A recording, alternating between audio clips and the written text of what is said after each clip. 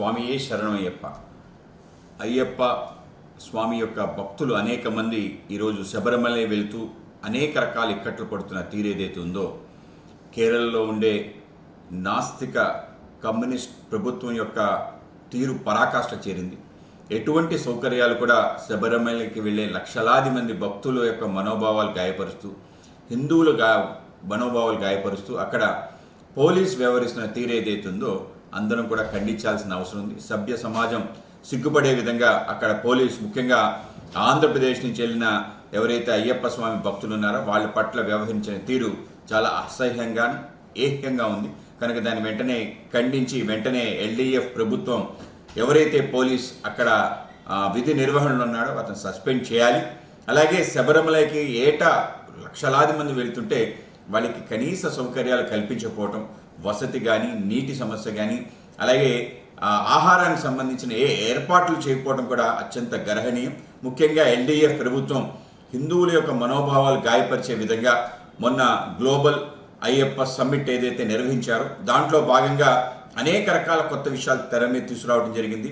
ఆ యొక్క సమావేశంలో అయ్యప్ప స్వామి దేవాలయ ప్రాంగణాన్ని ఒక సెక్యులర్ దేవాలయంగా మార్చే ఒక ప్రయత్నం, అక్కడ ముస్లిం స్వామిలు అలాగే క్రిస్టియన్స్ అంతా కూడా ఒక నిలయంగా ఉండాలని ఒక ప్రయత్నం చేయటం, ఆ విధంగా హిందూ దేవాలయాలపై దాడి చేసే విధంగా ఒక ప్రయత్నం.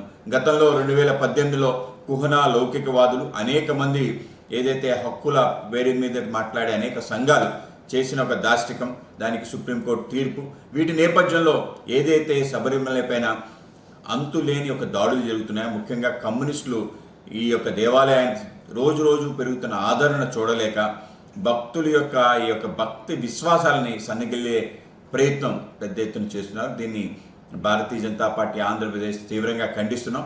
వెంటనే ఎవరైతే అక్కడ సంబంధిత అధికారులు ఉన్నారో వాళ్ళు సస్పెండ్ చేయాలి. అలాగే ఆ ప్రాంతంలో పెద్ద ఎత్తున ఏర్పాట్లు చేయాలని మేము కోరుతున్నాం. మీకు చేత కాకపోతే అయ్యప్ప సేవా సంఘం వాళ్ళు, అలాగే మాతా అమృతానందమయ్య సంబంధించిన వాళ్ళు, అలాగే తిరుపతి దేవస్థానం సంబంధించి సేవ చేయడానికి, అలాగే సత్యసాయిబాబా ట్రస్ట్ నుంచి సేవ చేయడానికి అనేక మంది ప్రభుత్వానికి అర్జీలు పెట్టుకున్నారు. కానీ ఎటువంటి సేవా సంఘాన్ని కూడా అక్కడ రానివ్వకుండా అడ్డుకుంటున్న ఈ యొక్క లెఫ్ట్ ప్రభుత్వం కారణంగా ఈ యొక్క పరిస్థితి ఏర్పడింది. కనుక దీన్ని మేము తీవ్రంగా ఖండిస్తున్నాం. వెంటనే ఎల్డీఎఫ్ ప్రభుత్వం కళ్ళు తెరిచి అయ్యప్ప స్వామి ద్వారా ఏదైతే మీకు కోట్లాది డబ్బులు కైంకర్యాల రూపంలో మీకు ఆ ప్రాంతానికి వస్తుందో ఆ డబ్బులు సంబంధించిన అనేక రకాల గోల్మాల్ కార్యక్రమాలు జరిగాయి. అలాగే శబరిమల బంగారానికి సంబంధించిన కూడా పెద్ద ఎత్తున ఆరోపణలు రావటం, అది నిజం కూడా అవ్వటం జరిగింది. కనుక ఈ నేపథ్యంలో శబరిమల యొక్క పవిత్రతను కాపాడాల్సిన అవసరం ఉంది. లేకపోతే దేశవ్యాప్తంగా హిందువులందరూ కూడా ఆందోళన చేయడానికి సిద్ధంగా ఉన్నారు. ముఖ్యంగా ఆంధ్రప్రదేశ్లో పెద్ద ఎత్తున అయ్యప్ప స్వాములందరూ కూడా ఈరోజు అయ్యప్ప సేవా సంఘం పేరు మీదట అక్కడ అనేక కార్యక్రమాలు సిద్ధంగా ఉన్నారు. లేకపోతే పెద్ద ఎత్తున ప్రతిఘటన ఎదురటం తథ్యం. కనుక వెంటనే ఈ ప్రభుత్వం అప్రమత్తంగా ఉండాలని చెప్పి, సౌకర్యాలు కల్పించాలని చెప్పి మేము డిమాండ్ చేస్తున్నాం.